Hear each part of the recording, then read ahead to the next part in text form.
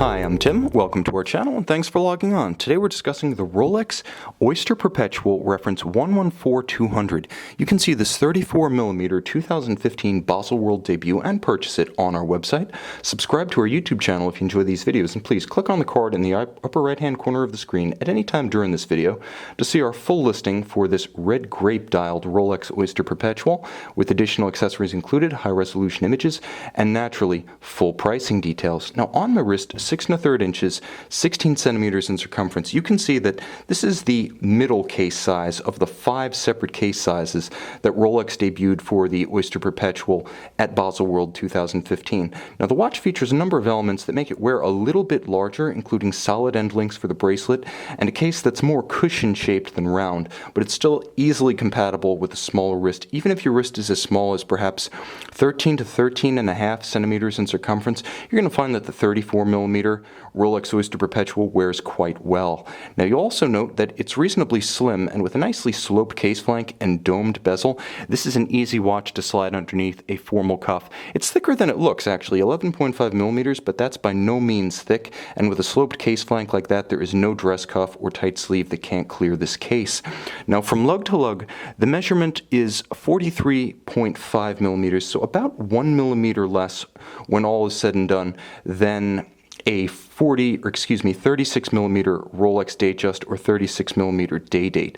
Now in terms of how it wears on the wrist, a little bit heftier than you might expect, and that's for 3 reasons. First, the cushion case is quite broad. You can see that the cushion, which swells substantially outside the scope of the round bezel, makes this watch rather large for its 34mm. It wears large, it looks large, but by no means oversized. Now it also has a very, very solid bracelet and clasp.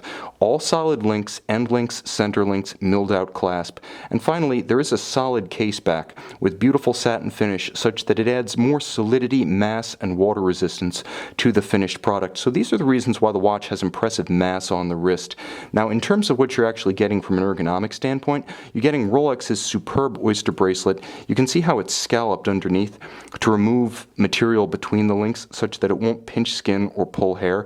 Very nicely done. Now this watch does not feature the Easy Link because as the entry-level model, some features have to be pared down, but what remains is the rock-solid milled-out clasp. It opens with a snick, it closes with a snap. It's beautifully manufactured, same as you would find in the Sea Dweller or the Submariners in terms of the solidity and the feel, the impression of quality on the wrist. And of course, all of the links are held with screws, not pins. Everything that you see here is manufactured from Rolex's in-house 904L steel. Harder, it actually takes a polish and holds a satin brushed finish better than 316, and of course Rolex with its own foundry owns both the patents for the metallurgy and the means of production. These cases are stamped, not milled, so they are of the highest grade. Now one feature that's a little bit different is the domed bezel, which gives the watch a little bit of a neo bubble back appearance. This watch really does hark back to the 1920s bubblebacks and the 1930s Oyster Perpetuals, the very first automatic oyster case Rolexes. Of course, those 1930 Oyster Perpetuals being the first of the automatic Rolexes. And they had a tubby look to them, almost like bubbles, hence the name bubbleback. This watch is the true and perhaps most direct descendant of those watches in terms of mechanical specification and aesthetics. However, the watch also features a little bit of postmodern exuberance in the form of what Rolex terms the red grape dial. Now the red grape dial is a dramatic sunburst, as you can see, with rayon shooting out from the cannon pinion at center. There are small plots of, as you can see, red grape index outboard of the loomed white gold hour markers. So the watch has 2 different types of red grape, one matte, one metallic. All elements that are applied to the dial, from the 5-point Rolex coronet to the hands at center to those hour markers, are polished 18-karat white gold, same as you'll find at the top of the Rolex range. Now, what you'll also get with this watch, in addition to outstanding legibility day or night, is Rolex's 3132 in-house automatic caliber. Now, of course, Oyster Perpetual means oyster case, and perpetual, or continuously self-winding in Rolex speak, movement. The movement is bidirectional winding, so there's no unweighted rotor wobble as you'll find with unidirectional winders. Of course, solid caseback endows the watch with 100-meter water resistance, so you're good to go for swimming and shallow diving.